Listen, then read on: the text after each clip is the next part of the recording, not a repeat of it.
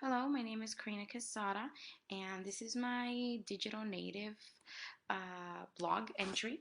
I'm recording myself from home, so I didn't do anything interesting or in my classroom because of things. And when your toddler takes a nap, this is the time to record. Um, do I consider myself a digital native? Well, I I feel it's a very complicated question because I feel like I am, but I feel like I'm not at the same time, just because there are just so many technologies out there that I probably haven't even heard of. I'm probably doing what the kids are doing, using very basic technologies or using social media. I mean, I definitely use apps in my classroom. Um, or use Google Classroom or use Blackboard, which is all digital, but I still feel like I need to learn. And with technology, you never know because it's changing every 5 seconds. So definitely no, I don't think I am a digital native. My teaching has definitely changed over the 6 years that I've been a teacher. My first year, I was like every first year teacher trying to survive and just doing what was necessary to get my students through the school year.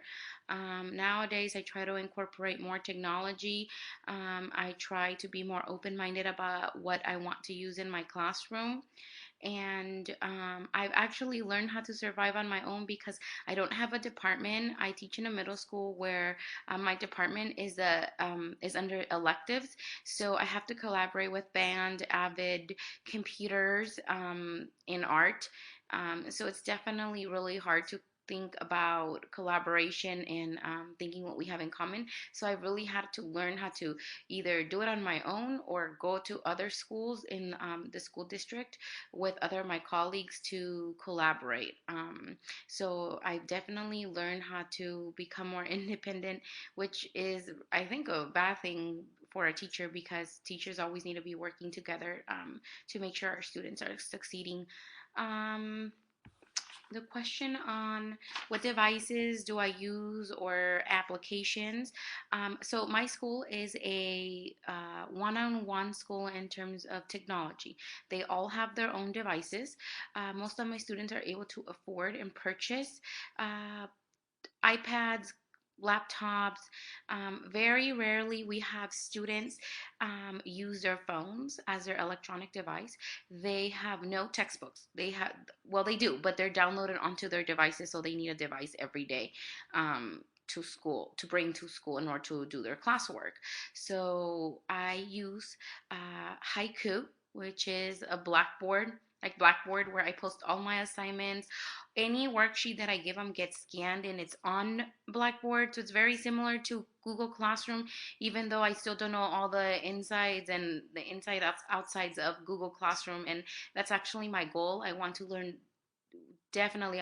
more about Google Classroom, and I want my classroom to go paperless. I mean, I know it sounds a little crazy, but one day, eventually, I don't want my students to use a pencil and a paper. I want my class to be a paperless classroom, and then strictly use Google Classroom. But right now, I'm still working on that. I use games like Kahoot to review vocabulary. My students love Kahoot. Um, I definitely want to. Definitely, I know there's more stuff out there. So, like I said, I don't consider myself a digital native because there are more stuff out there that I want to use. But I try to incorporate technology as much as I can in my classroom. Um, how have I adapted to the digital world? Well, I kind of had to because my first year of teaching, the high school where I was a teacher was the digital school. I'm sorry, was a pilot school for this one-on-one device. So I really adapted well. I love having technology in my classroom, and I love it, and I think it's really important, especially because the students are so connected to technology. So I'm looking forward to learning more things in this classroom. Thank you for watching my video.